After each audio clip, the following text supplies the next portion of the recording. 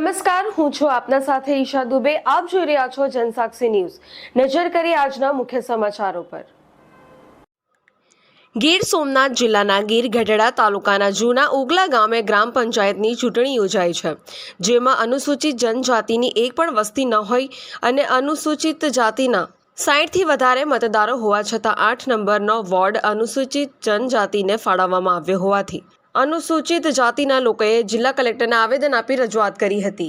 આ બાબતે યોગ્ય કાર્યવાહી કરી અનુસૂચિત જાતિનો વોર્ડ ફાળવવા માંગ કરી છે અને યોગ્ય કાર્યવાહી નહીં થઈ તો ત્યાંના સ્થાનિક અનુસૂચિત જાતિના 60થી વધારે મતદારોએ ચૂંટણી બહિષ્કાર કરવાની પણ ચીમકી ઉચ્ચારી છે।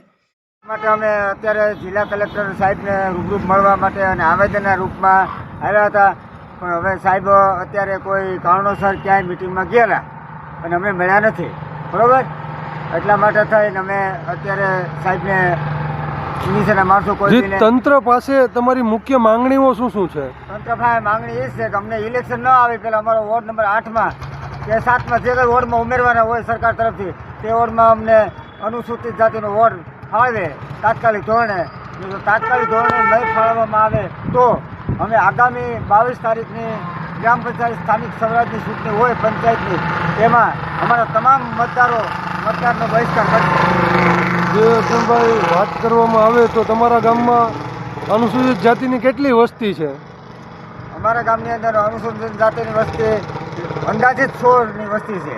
ઓકે, અનુસૂચિત જનજાતિની વસ્તી કેટલી છે? 0 છે, બિલકુલ નહીં। 0 હોવા છતાં તેને વોર્ડ ફાળવ્યો છે, અનુસૂચિત જાતિને વોર્ડ ફાળવવામાં આવેલો નથી। વિશાલ ચૌહાણ, જનસાક્ષી ન્યૂઝ, ગીર સોમનાથ।